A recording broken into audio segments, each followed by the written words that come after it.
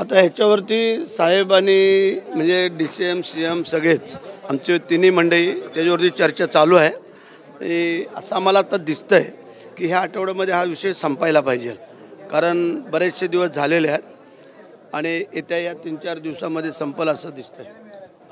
सुनील तटकरे जे आहेत ते एका क्रिकेटच्या स्पर्धेत गेलेले होते सामन्यामध्ये. त्याच्यानंतर त्यांनी एक वक्तव्य, त्यांचं एक सूचक असं वक्तव्य आहे की अंपायरने जर एक निर्णय दिला तर त्याच्यावरती गोंधळ केला तर थर्ड अंपायर मात्र त्याच पद्धतीचा निर्णय देतो, म्हणजे स्लो मोशन खरं कळतं आणि कॅप्टन असं काय नाही. एखादा निर्णय चुकीचा झाला त्याला रिव्ह्यू मागितला जातो आणि त्याच्यावरती सगळेजण थांबून त्याच्यावरती ते सगळी व्यवस्थित पाहणी केली जाते.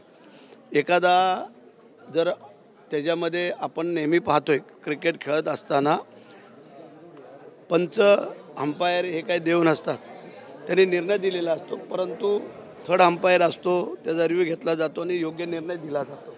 तसं त्या प्रकारे आम्हाला असं वाटतंय योग्य निर्णय होईल, काळजी करायचं कारण नाही आहे.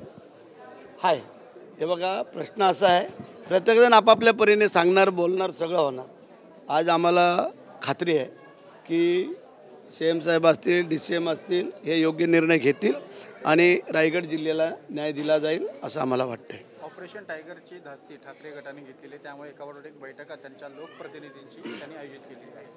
या अशा मिटिंगा जर त्यांनी अगोदरच घेतल्या असत्या तर ही वेळ आली नसती, परंतु ही वेळ आणून देण्याचं काम एकनाथ शिंदे साहेबांनी केलेलं आहे.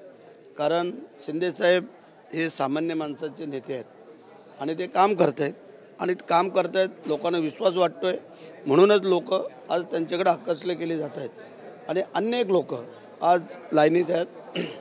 येत्या एक आठवड्याभरामध्येच कोकणामध्ये परत आणखीन बरेच मोठ्या प्रमाणात आमच्याकडे लोक येऊ घातलेले आहेत. साहेबांचा वेळ मिळेना, परंतु साहेबांचा जरी वेळ नाही मिळाला तरी आम्ही उदय सामंत असतील, मी असेल आणि आमचे काही आमदार असतील त्यांना बरोबर घेऊन आम्ही जे येणाऱ्या लोकांचा पक्षप्रवेश करणार आणि संघटनेची ताकद वाढवणार. कोकणामध्ये राजन साळवी, सुभाष बने यांच्यानंतर आता वैभव नाईक हे देखील काही नाराज आहेत. वैभव नाईक यांची चर्चा चालू आहे. सगळ्याच गोष्टी तुम्हाला एकदम उघड करून आम्ही पण नाही सांगणार, काही गोष्टी गुप्त पण ठेवायला लागतात, परंतु योग्य वेळेला तुम्हाला ते सांगितलं जाईल. पण सर राजन साळवींवरती ACBची चौकशी होती, त्यानंतर त्यांचा शिवसेनेत पक्षप्रवेश. आता ACBची चौकशी जी आहे ती वैभव नाईकांवर सुरू आहे, मग त्यांचा पक्षप्रवेश होईल असं काय नाही. चौकशी झाली म्हणजे काय तो आरोपित झाला अशातला भाग नाही आहे. चौकशी जी काय आहे त्याला ते सामोरं जातील आणि त्यातून जे काय निर्णय होईल ते आम्ही करू. कोकणातल्या आमदारांची यश मिळतं सर, असंही तटकरे म्हणतात, कॅप्टन जर कूल असेल तर चांगला यश मिळतं. ठीक आहे, आता यश आणि अपयश हे काय होतं हे आम्ही महायुतीतून दाखवून दिलं होतं. आता महाराष्ट्रामध्ये त्यांचं काय राहिलं होतं आणि काय नाही, फक्त रायगडनेच तेवढे आम्ही लाज राखली, एवढं लक्षात ठेवावं. आज कोकणच्या आमदारांची महत्त्वाची बैठक झाली. आता आठवड्याभरात पालकमंत्रीपद हे तुम्हालाच मिळणार आहे. आता शुभ मुहूर्त कधी निघणार आहे, नेमका काय निर्णय होणार आहे, कधीपर्यंत पाठी आहे? आहेत आमचे सहकारी मित्र, त्यांना वस्तुस्थिती माहिती आहे आणि कधीकधी आपलं मन पण सांगत असतं, त्याप्रमाणे आम्ही बोलत असतो.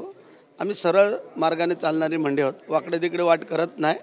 जे असेल ते स्पष्ट बोलायचं आणि पुढं चालायचं, एवढं काय त्याच्यावरती काळजी करायचं कारण नाही आहे.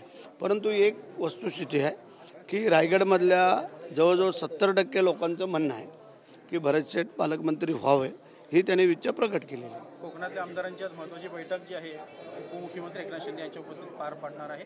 कोकणातले अनेक विकास प्रकल्प मार्गी लावायचे, विशेषतः कोस्टल रोड असेल, मुंबई गोवा हायवे असेल, जो रायगडमध्ये विशेषतः खूप मोठ्या प्रमाणात रखडलेला आहे, इतरही विकास प्रकल्प मतदारसंघातले ते मार्गी लावण्यासंदर्भात बैठक आहे. येणारे अर्थसंकल्प अधिवेशन आहे. आम्ही निवडणुकीच्या अगोदर बऱ्याचशा लोकांना काही शब्द दिलेले आहेत. त्याच्यामध्ये जी काही कामं ठराविक महत्त्वाची आहेत ती अर्थसंकल्पामध्ये यावीत, या बजेटमध्ये. आणखीन काय कोणाच्या अडीअडचणी आहेत त्यासाठी खरं म्हणजे आजची मीटिंग आहे आणि त्यासाठी आम्ही सगळे आलेलो आहोत. मुंबई गोवा हायवे रायगडमध्ये अपूर्ण आहे, आलं त्याच्यामध्ये तो विषय येईल आणि तो आम्ही मार्गी लावतो. तसं काम बऱ्यापैकी चालू आहे फक्त इंदापूर बायपास आणि माणगाव बायपास ह्याचं आता टेंडर निघतं आहे आणि तेही एका महिन्यामध्ये काम सुरू होईल अशा प्रकारचं आम्ही आजच सकाळी सीईना विचारलं आणि आज साहेबांच्याही कानावर घालतो, कारण साहेबांनीच येऊन गणपतीमध्ये पाहणी केली होती आणि त्याला आता गती मिळालेली आहे. बाकी रस्त्याचं काम, पुलाचं काम, ओव्हरब्रिज सगळं चालू आहे आणि ह्या पावसाच्या आत जास्तीत जास्त सुरळीत कसं होईल हे आम्ही पाहतोय.